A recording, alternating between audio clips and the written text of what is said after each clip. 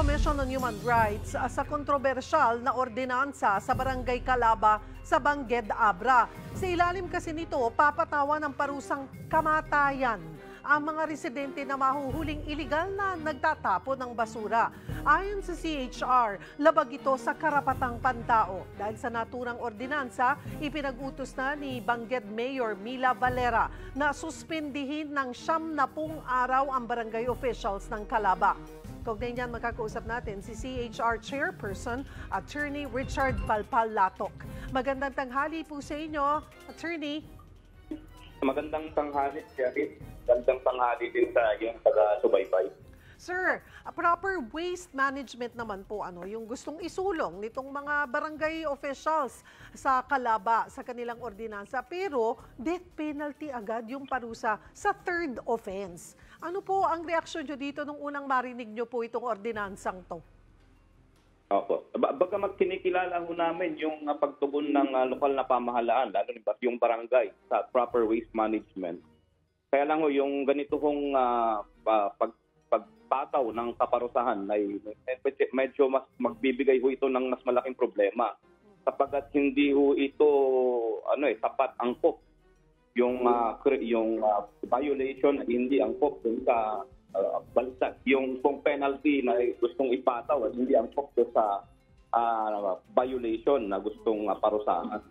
Ang maganda kong paalala ko dito ay yung pag-impose ng death penalty o pagpatay ay hindi na ho yan pinapayagan sa ating jurisdiction.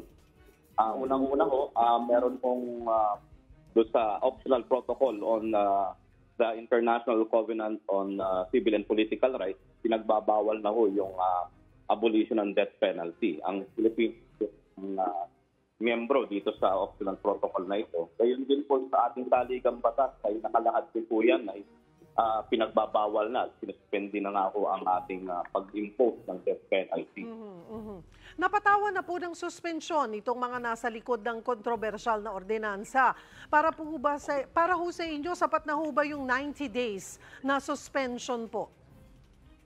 Pinupuri mo namin si Governor sa pag-impose ng suspension dito sa Mayor po sa pag-impose ng suspension dito sa mga kagawad ng barangay. Umaasa ho kami na ito'y magsilbing gabay at ehemplo sa mga iba pang mga barangay na nais pag-impose ng ganitong klase ng penalty. Ang siguro moving forward po, ang Commission on Human Rights po ay handa makipagtulungan sa mga local government units upang itaguyod yung local human rights-based approach to legislation. Gayon din po sana magkaroon ng seminar training upang magkaroon ho ng human rights sa lens ng ating mga lokal na pamahalaan. Opo, well, yun na nga po, mayroon naman ng 90 days na suspension. Pero po ba sa parte po ng CHR, may plano ho ba kayong gawing legal na aksyon? Sa ngayon po, wala po dahil na ang legal na aksyon ay ginawa naman na ng ating LGU. Bagamat tututukan po ng ating komisyon yan kung may patuloy na paglabag sa karapatang pantao. Bawat LGU po, attorney, may kanya-kanya naman silang ordinansa talaga na ipinatutupad. At ang sinasabi nyo nga po, sana'y ito'y magsilbing aral. Pero paano dapat din po natitiyak na hindi nga nila nalalabag ang karapatang pantao?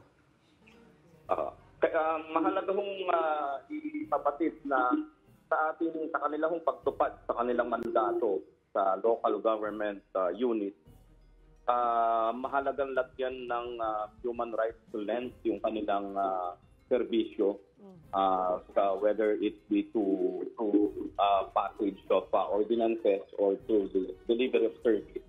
Yung sa pag-deliver nitong mga ganitong serbisyo ay dapat may kaakibat palaging lente ng karapatang pantao. Siguro po may mga pagkakataon na hindi na po talaga or may kakulangan sa kaalaman po yung sa paggagawa ng ordinansa or being sensitive sa karapatang pantao. Ang CHR po ba ay willing or gumagawa po ba kayo pag kayo naimbitahan ng mga talks para po sa kanilang mga barangay? Opo, kapag ho kami ay inimbitahan, pumupunta naman ho kami. At gayon din, meron ho kasi kami ngayong programang ginagawa, yung aming lakaran, Lakbay Karapatan Tungo sa Kamalayan.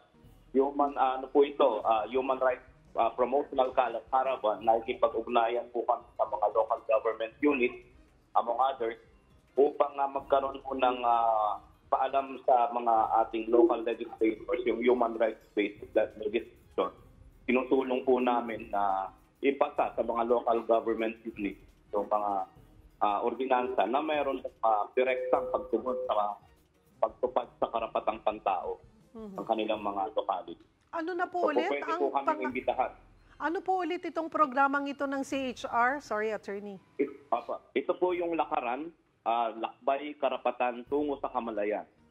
Human Rights Promotion Caravan po yan. Tutungo kami sa mga iba't ibang region ng ating bansa. Nagkipag-ugnayan po kami sa local government units, sa security sector, sa civil society organization at educational institutions po sa iba't ibang region.